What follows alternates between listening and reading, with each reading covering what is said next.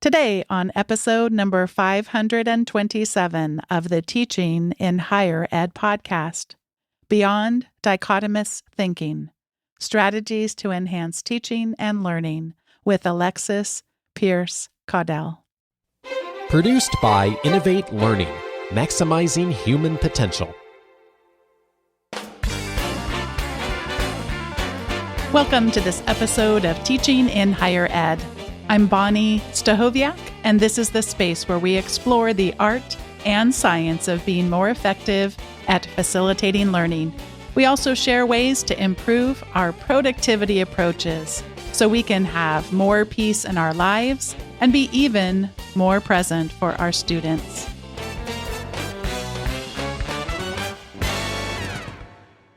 Alexis Peirce Caudell is lecturer in the Informatics Department at Indiana University, Bloomington. Her scholarly interests focus on questions about the role of technologies in children's spatial imaginaries and lived experiences.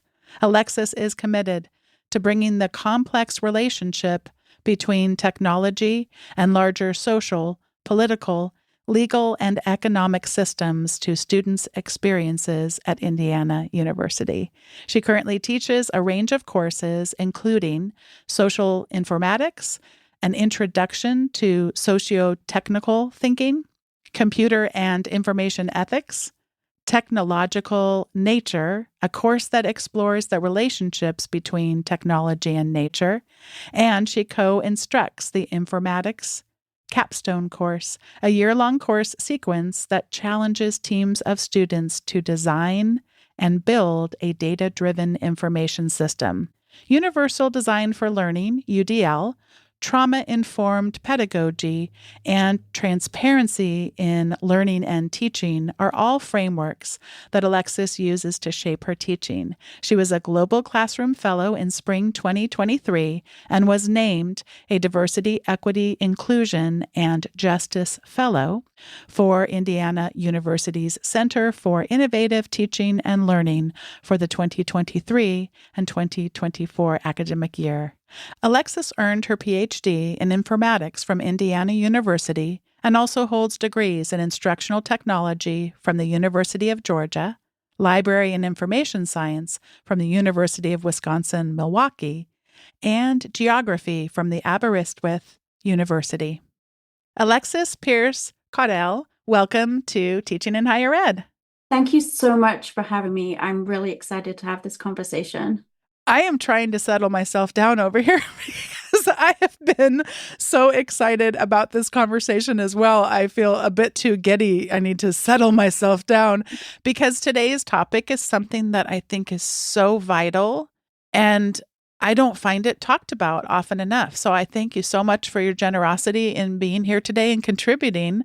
And we're going to be exploring dichotomous thinking. And let's begin by thinking about the ways that we might not often think about ways we're reinforcing dichotomous thinking. I think about many of us would go to politics here in the United States. Of course, we have a vibrant two-party system. And by that, I mean we think about this, maybe I shouldn't say I think about the ways in which our politics do that. But I know there's so many other ways that we're reinforcing this type of thinking, perhaps without really even realizing that. So what's coming to mind for you, the ways in higher education that we're reinforcing it, maybe without being aware? So I've been giving some thought about this in terms of higher education, and we do this all the time, right? Multiple choice quizzes, true, false quizzes. Our subjects under departments, right? Like I am in a specific department. Others are in different departments or different schools and colleges. You might be an arts major or a STEM major, but you're not both unless you're a dual major. And then that's a different category. You're either a single major or a dual major, right? So we do it all the time. And these sort of categories get baked into our structures, into our institution, in the way we do things, our grading practices. Do you think of yourself as an A student? Are you a B student?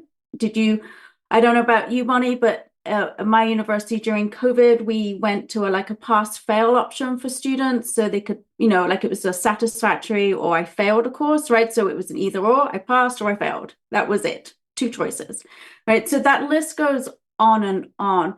Probably a classic one is we think of ourselves as faculty and students, right? When in reality, odds are, as faculty, we are also students of teaching, students of our research areas, whatever those might be, right? So yeah, we fall into this binary or dichotomous thinking all the time, both in higher education and in our daily lives as well. And what would be some of the contributors to why we tend to do that as human beings? So we do. So as humans, we like to sort and categorize the world. That's how our brains work. If we didn't, it would be chaos, right? We need to attach labels to things. If we're giving directions, we need to be able to say go left or right.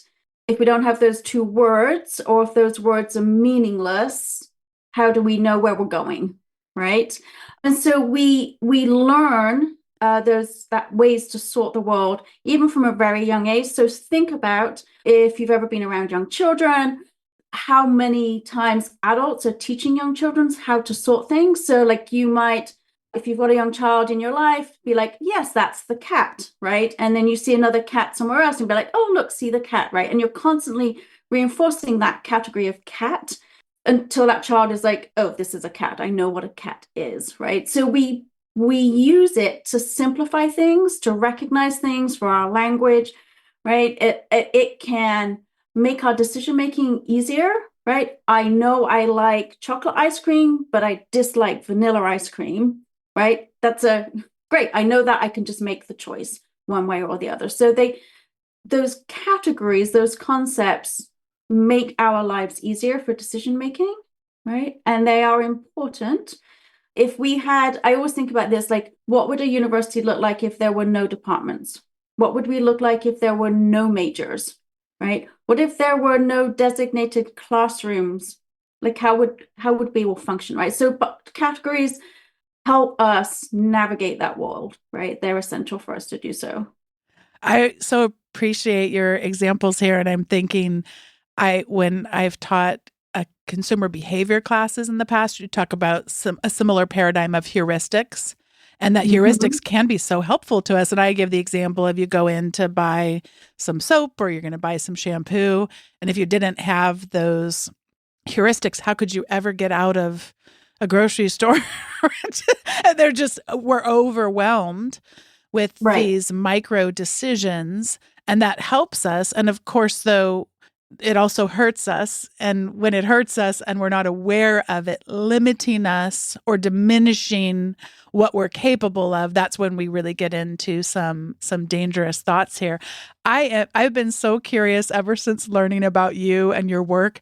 And one area that I'm completely fascinated by goes back to your doctoral work and some of how you've started to become interested in the limits of this dichotomous thinking as it relates to technology and nature. Would you share that with us now? Share your entire dissertation with us in maybe, I don't know, a minute or so. Just kidding. Sure. In interpretive dance, that would work really well for a podcast. Perfect. So we have, particularly in the United States, but also Canada, probably in the United Kingdom, sort of the Western world, if you will, we have this obsession that nature is separate from technology. We often position the two in opposition with one another, right? We go to a national park or a state park to get away from our screens, right? There's quite a lot of literature out there that sort of argues that kids are obsessed by looking at their phones and their tablets and then not going outside, that technology is getting in their way of engaging with the natural world. I have t-shirts that sort of say, like, disconnect to reconnect, right? That idea that we're so plugged into technology that we're disconnected from nature.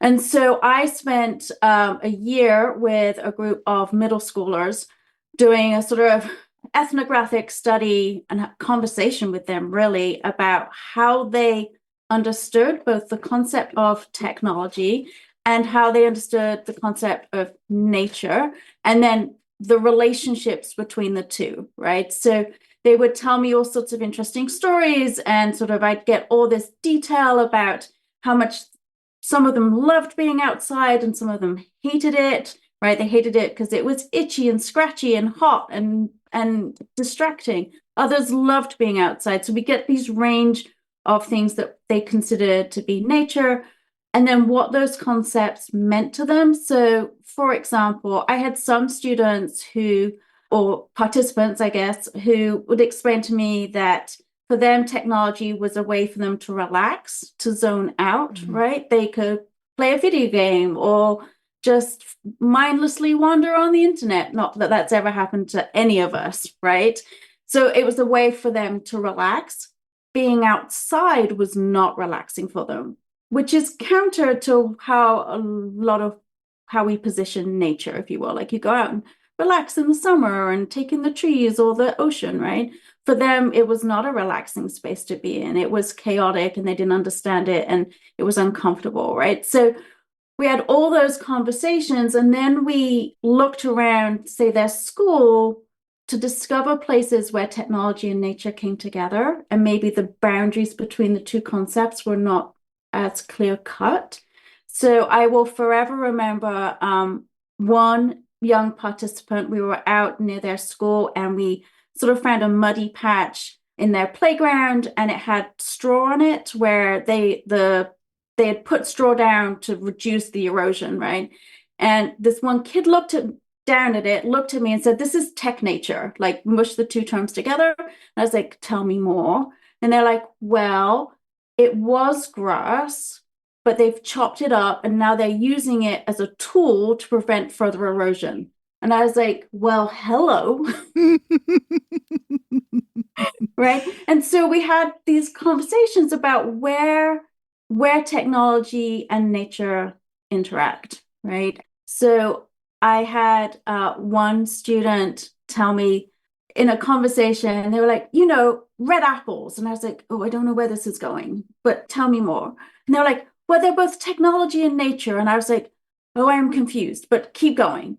And they were like, "Well, originally there was an apple tree, like just in nature, like that would have been nature. And then along came humans and cultivated apples. And now there's a technology because it's part of like big agriculture, right? And we manufacture and have genetically modified apples to be certain ways, right? And we have all these computer systems in order to get apples onto the grocery shelf, right?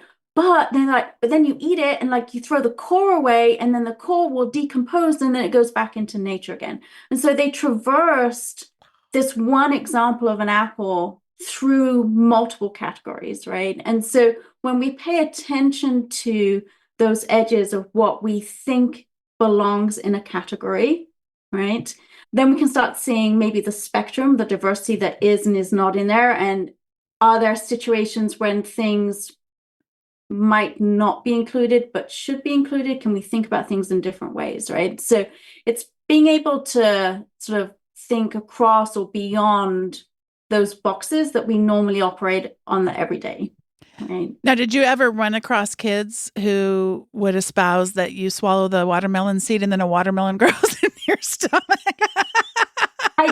I did not. None of them brought up watermelon seeds, but we did have a long conversation at what point water transformed from being nature to technology, right? We had a long conversation about when it rains and then like it gets treated and it goes in your pipes, but then it goes in your body. What is that?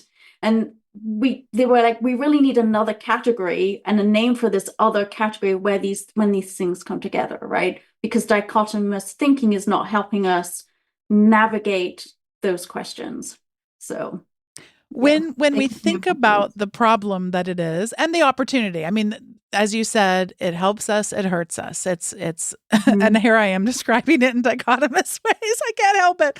But I would really appreciate hearing your reflections, the extent to which we might be able to interrupt those patterns in our brains when they aren't being helpful, Or perhaps less than thinking about it as an interruption, where I think about it at a systems level or a systemic level. Perhaps it's a practice or it's both. I mean, what comes to mind for you in terms of interrupting or learning to practice a different way of thinking in terms of not always sorting when it's not going to be as helpful? Right. So I think the first step is recognizing that you're sorting, right? Like, oh, I am sorting, right? So I think one place, particularly in higher education, we can start is thinking about our courses and how we structure courses. So are we asking students to connect the dots between courses that they take? Or is our course a standalone, one and done, they move on, never to revisit that material again, right? I teach a capstone course where we ask my students to bring in all the foundational skills they learned in all their other courses and put them all together into this new experience, right? I think we can challenge ourselves around some of our policies, like we can interrupt that. So who are we envisioning in our classrooms as students, right? I was in a workshop with somebody and I was advocating the inclusion of something in a syllabus around welcoming children into the classroom if somebody's childcare fell through, right? And the person I was having a conversation with were like, well, wait, that makes sense if you're teaching grad students. And I was like, no, I predominantly teach undergraduate students. And their assumption was that the category of undergraduate student, right, is someone that doesn't have children. And I was like, is it? Right? So can we interrupt our thoughts when we're putting our syllabi together, right? Like who are we envisioning is going to be in our class, who's not going to be in our class, those kinds of things, right? And then how do we, there's like lots of different ways we can introduce concepts and this dichotomous thinking to our students in our classes. And it's probably going to look different in different fields, right? Having the conversation, first and foremost, right, is a first start. We have an introductory course that all of our incoming doctoral students take, and they are challenged to model a forest, right? That is their big assignment, model a forest. I do not teach the course, but I come in and I challenge them and I ask them, you've got to model a forest, but what is it? What is a forest, right? And so we have an entire class period thinking about what is a forest? Does it have to have trees in it? Are there examples of forests that do not have trees? The answer is yes. Where does that forest exist? How many trees does a forest make, right? So just raising their awareness of a concept, right, and how they may be thinking about it is one step. In an ethics course that I teach, we often talk about the relationship between technologies and healthcare and the ethical questions that come up there. But one of the ways I've learned to start that conversation is by asking students what they think of or what comes to mind when they think of healthcare. Now, in the United States, most often they tell me doctors, nurses, hospitals, medications, MRI scans, CT scans, insurance, those kinds of things, right? Rarely ever do they tell me about social indicators of health. So where people live, their home, their job stability, right? All of which we know feed into people's health, right? If we limit the conversation around technology and health to just the doctor's office or the hospital, we are excluding and ignoring all of these other questions that we could be asking around technologies and health when it comes to ethics, right? So even asking those questions can then shape the questions that you follow up with, right? So just having those conversations is a really good way. And I find students, it doesn't take much to get them thinking about it, right? You just sort of need to nudge them in the right direction. I've got magnets that I've used with students. It's like a set of magnets. There's triangles, rectangles, and then each of the shapes have like different colors. And I always challenge students. I get a volunteer and they come up and I like sort these magnets. And almost always they sort them by shape first. So all the triangles go together, all the circles go together, all the squares go together. And then I'll call for another volunteer. I'm like, now sort them another way.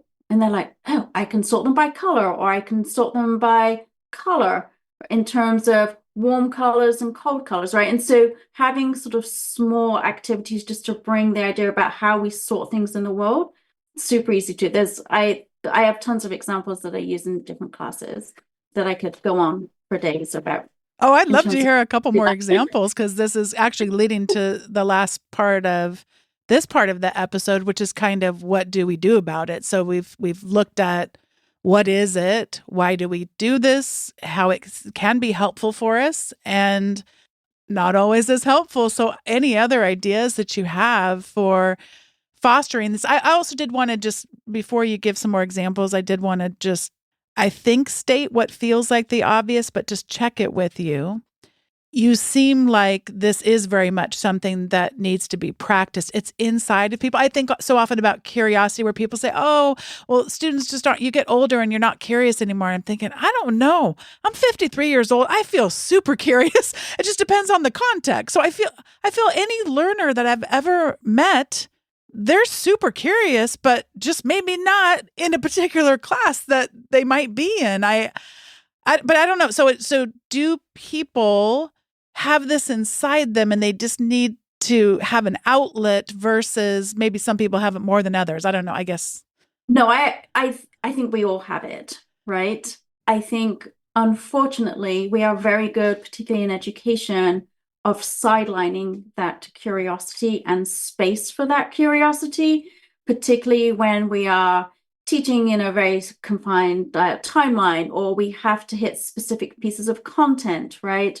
Or we have to administer specific standardized tests. We tend to make space for all of those things and not space to nurture curiosity. Mm-hmm. And while everybody has different opportunities to do that within their classroom in terms of how much flexibility they have, even small amounts can make a difference, right? Like, so I have the opportunity, I created an entire course called Technological Nature off of my dissertation, right? The whole thing is about being curious and exploring the relationship between technology and nature. But in my other classes, I don't maybe have as much flexibility, but I just find those moments where we can pause and have those conversations.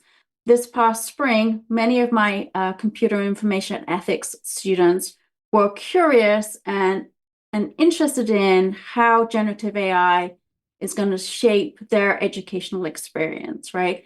And so we had multiple conversations about how they were even understanding authentic learning. Like, they were like, AI is going to get in a way of authentic learning. And I'm like, but what do you mean by authentic learning, right? And it was a moment where we could think about what that concept was and why we might think that AI was a dichotomous, right? Like they were putting them in dichotomous thinking, authentic learning over here, learning with generative AI over here, and the two are not compatible. And so they wrestled mostly with even thinking about what does it mean for authentic learning, right? Like in those kinds of things. So even those small moments, there are moments, I think, in classes where we can nurture pushing against this dichotomous thinking by having students envision other solutions.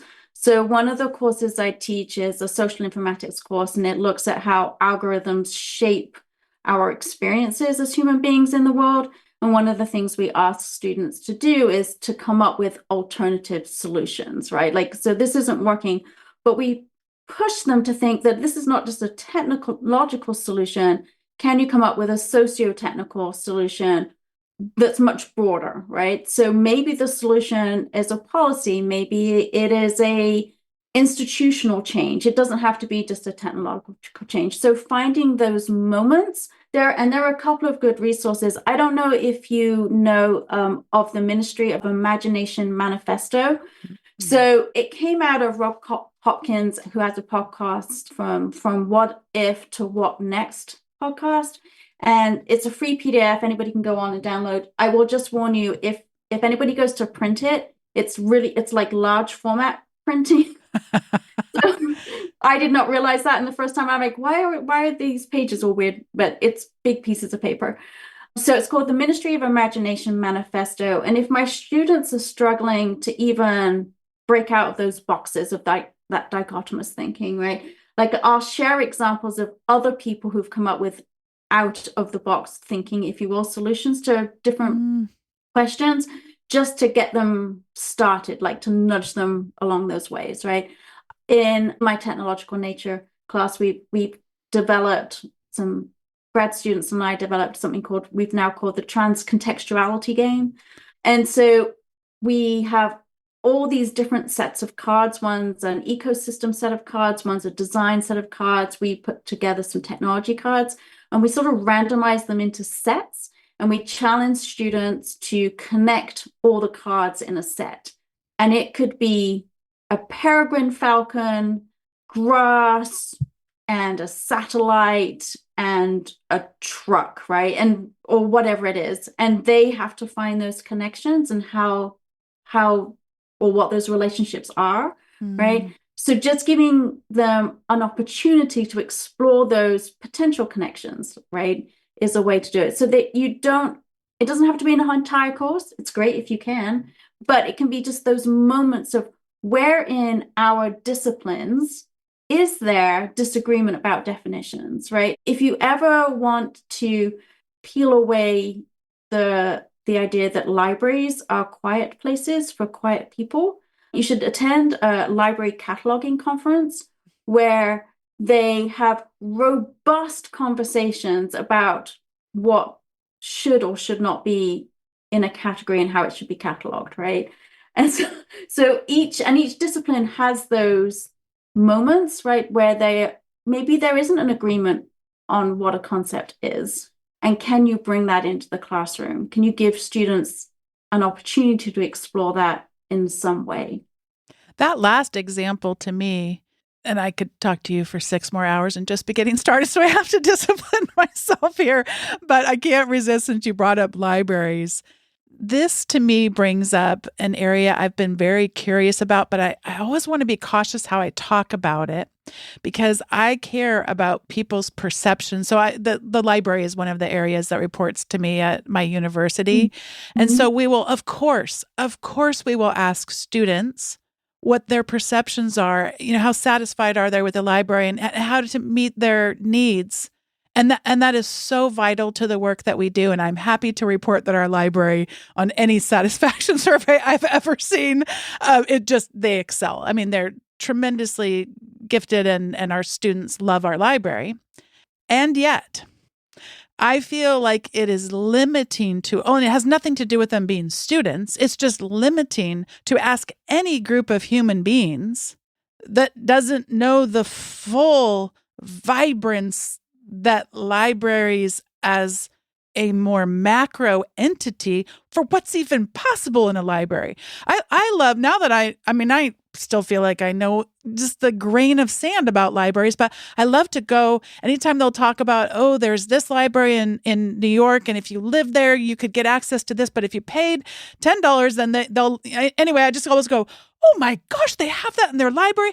I recently heard about they'll check you out carpet cleaning machines because it's really hard to clean your carpet. It would never have occurred to me. You could check out, and there's some other example that's not even coming to my mind right now. So I don't want to sound patronizing to our students, but I do feel this friction of frustration of if you only ask someone their satisfaction level for their understanding of what's possible for anything, teaching, in a library, whatever, my gosh, we're really missing the boat. So I don't know if I've just really laid a lot on you and just like, tell us about your dissertation in 60 seconds. I'd love to hear any reactions you have to what I was just struggling with there. Well, I don't know if we talked about this before. So I am a former librarian, although I guess I am still a librarian. I think once a librarian, always a librarian. I co-chair our libraries committee on our campus. So we have a faculty committee that gives feedback to our libraries, and I am co-chair of that group. And so, yes, like people just do not understand the breadth of things that libraries do, in part because the concept of a library is so ingrained in their imagination, right? So how do we, or can we, give them opportunities to understand the breadth of things that libraries do? So one thing that I have started doing in a couple of my classes is I've started taking my STEM students to the rare book library on campus. Now, you might think, what on earth would STEM students get out of historical manuscripts, like from the 1300s? Like, what possibly? And they're usually a bit confused themselves. They're like, wait, why are we going here? But inevitably, there are things in there that we can find that show like old calculation tables, or how people calculated distances in the oceans, or how people recorded and organized information in the past, right? And students are like, I would never have known this existed because I am a STEM student, and STEM students don't use the library, right? So how can we find those moments that disrupt that, right? Are there places on our campuses we can take our students, depending on how many we have in a class, that would shake up their notion of what is even the classroom, right? Way back, I've had multiple careers, and I taught outdoor education for a while, right? So for me, being outside is also a classroom. We were in the path of the full eclipse here recently. And so students and I went outside and downloaded an app where you can see the night sky. It's like an augmented reality on your phone. So you hold your phone up even in daylight, and you can see the stars and constellations, right? And you can see planets. And you could do that during the eclipse as well. And so you could see all the other things, because the stars came out, you could see which stars were which and those kinds of things, right? Like, can you disrupt what students think of as your course and your content and your material? I think those are ways into challenging this dichotomous thinking, right? Just how do we shake things up a little bit with whatever freedoms and flexibility we happen to have in our institution or our classes. And what a joy it is to get to know you. And no, I didn't know you were a librarian, but of course you were, and of course you still are. But what I love about each and every example that you've just shared with us comes from such a humble, curious place yourself, because you told all these stories, and it's so apparent how much these children that you got to spend time with as you were doing your research were teaching you and giving you new lenses and perceptions for things that, it sounded to me as you told the stories, were, tell me more about the Apple and how is the Apple technology and not, I mean, wow. 100%. And in fact, they did a end of year celebration of all the things that they did in their school. And so my project and my conversations with them was part of that. And they wrote in their description, we designed Miss Alexis's dissertation. And I was like, actually, you all did, right? Like, in reality, you actually did design my dissertation, because I wasn't sure, because I went in with this sort of curious mind of, I don't know what's going to happen with these students and research participants. I don't know where this is going to go. So they did, in fact, co-design my dissertation, and I call that out actually in the work. So this is the time in the show where we each get to share our recommendations. And Alexis, I am curious if you have heard of the first thing I want to recommend, but to describe it to listeners, this is the New York Times Connections game. And this is available if you subscribe to the New York Times games, but also it is available for free. This has become a ritual for me and my family where we will play Wordle, not all together, but my daughter likes to play it with my husband. I tend to play it alone, but we do Wordle and then we do the Connections game. And for those who haven't heard of it, it is 4 different, so I think it's 16 words or phrases, and then you're trying to match up sets of 4. These 4 things have to do with this 4 things. And you're tapping on. You can shuffle the deck if you want, and then you're tapping, and what you predict, you only get 4 chances, I think, and then you lose the game, and they say something like, try again next time. So I want to recommend the game, and I do have a question for you, Alexis. But I also want to recommend a humorous Instagram video that describes, and it made me laugh so hard, but I'll let you watch the guy. I'll put it in the links in the show notes. But the first round is typically an easier one. So he's making all these jokes about, red, green, yellow, blue colors. Like, I'm doing amazing. And then he has the most random things where it'll be like singers, but leaving off the first four letters of their name and adding it to an animal and a color and putting it backwards. How did you not get that those things were related? And it's so funny because I struggle with it. I mean, most days I cannot get all four to save my life. I feel I am so victorious when I can ever do it. So I'm seeing Alexis's head nod, so I can tell already without her even sharing she's heard of it. Here's my question for you, Alexis. I would love it's been floating around in my mind for weeks now, and I'm realizing through our conversation, you are the perfect person to ask my question to, and I do believe listeners will be interested. So I would like to design a game like this, in my case, for our faculty about artificial intelligence, but also you could imagine in any discipline and student, in any class, you could see the way connections playing a game like that. When you were talking, I was trying to think this, even this morning, I was thinking, well, should I ask my friend who knows, JavaScript, how hard this would be to do this in some kind of a programming language? Or should I ask ChatGPT if it knows how to write? Or when you were talking about cards, I thought, well, maybe I could do it in an analog way because I tend to overestimate how much I can get done in a summertime and want to learn all the things and try all the things. And it's just not feasible for me to do that much. So as you hear about my curiosity about the connections game and that I would love to design for our faculty a connections game to help them learn more about AI and some of what they, how they might sort the connections, would love to hear any reactions that you have to the idea. If you were me, whether you would go toward a physical card that they would sort there at a table together, try to do it digitally, or any other ideas you have for me.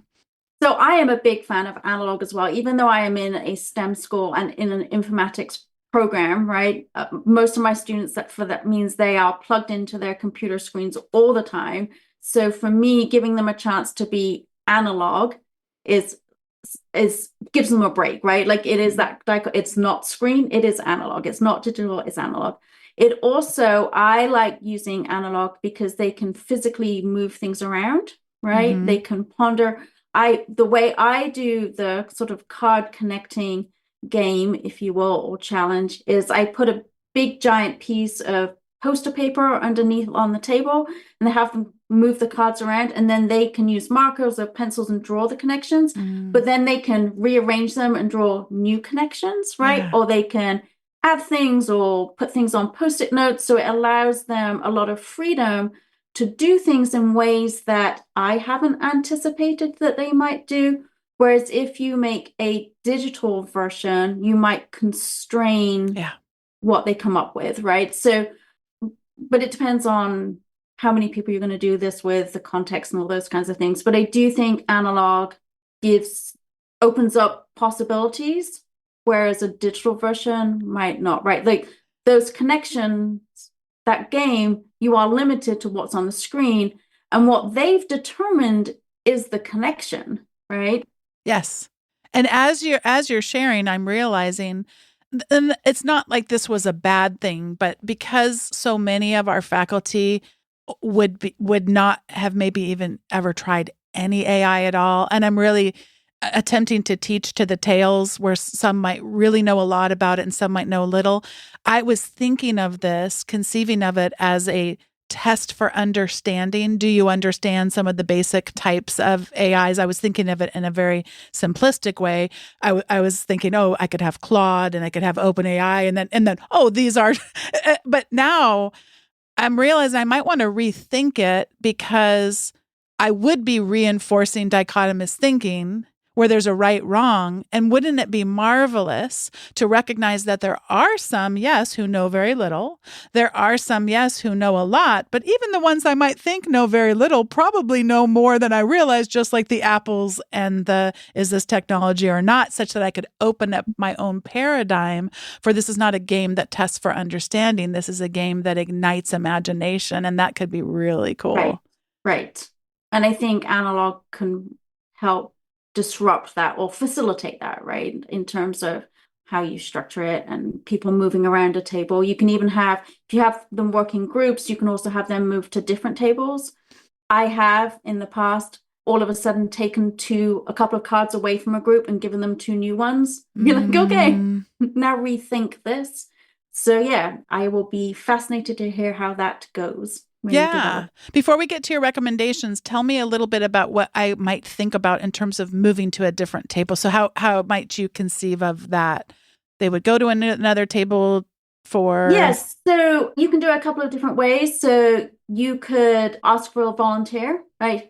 Move to another table and everybody shifts one person, right?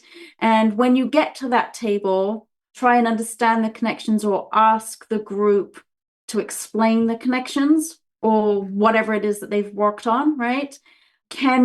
Or depending if you do an analog, could you take a card with you from your table to your new table and have them have to work it into whatever they've constructed, right? So you have that sort of movement of ideas, that traversing of concepts literally from one table to another. And can you see it and understand it in a different context or whatever it is you're attempting to do? So yeah, having one person, I don't know how many people will be doing this.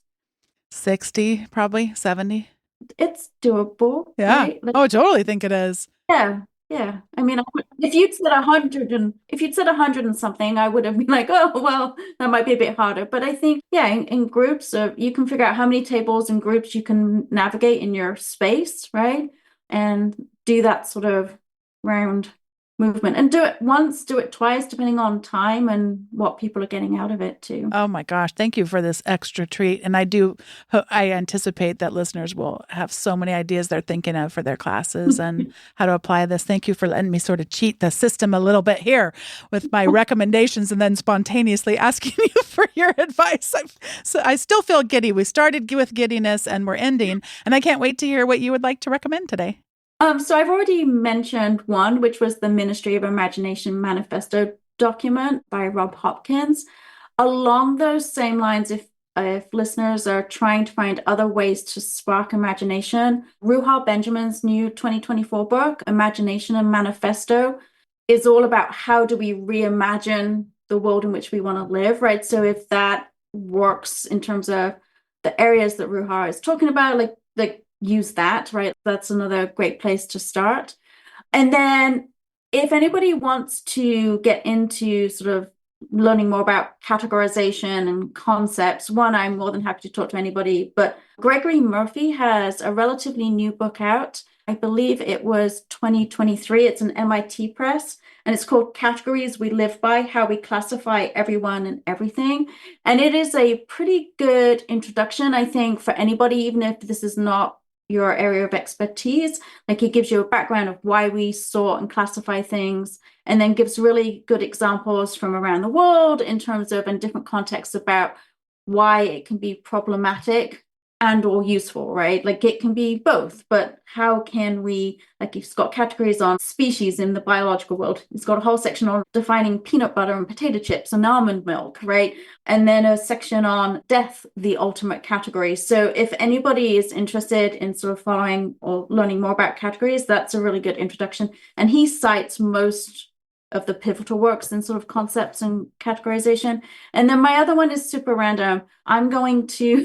That has nothing to do with categories, although maybe it does, because it's categorizing bugs in your garden. So I'm going to assume that maybe some of your listeners are in the height of gardening season and growing fruits and vegetables. And if they're like me, they're always like, what is eating my carrots or my cabbages or whatever? You are blowing my mind right now. The number of times I feel like you've been spying on our household and spying on me, although I know you listen to the podcast, but bugs are literally eating our garden. Please help us, Alexis, please. Okay. So there's a book called The Vegetable Garden Pest Handbook, Identifying and Solving Common Pest Problems on Edible Plants. It's by Susan Mulvihill. It's 2021. And what's nice about it is you can look it up by plant. So if you're like, what is chewing my carrots? You can look it up and it will narrow down what it is. And then it gives you like pictures of things, and it gives you ways to do the pest management. that are holistic and not just spray it with this pesticide, right? So it's really good about giving you options of how to treat and deal with them. And then I know she's got a new book out. I don't have it. It's called the Vegetable Garden Problem Solver Handbook, which is broader. But this one in particular, if you're wondering what little bugs are eating your carrots and your cabbages or your lettuces, I go to this quite frequently when I'm trying to figure that out. So that's what I recommend.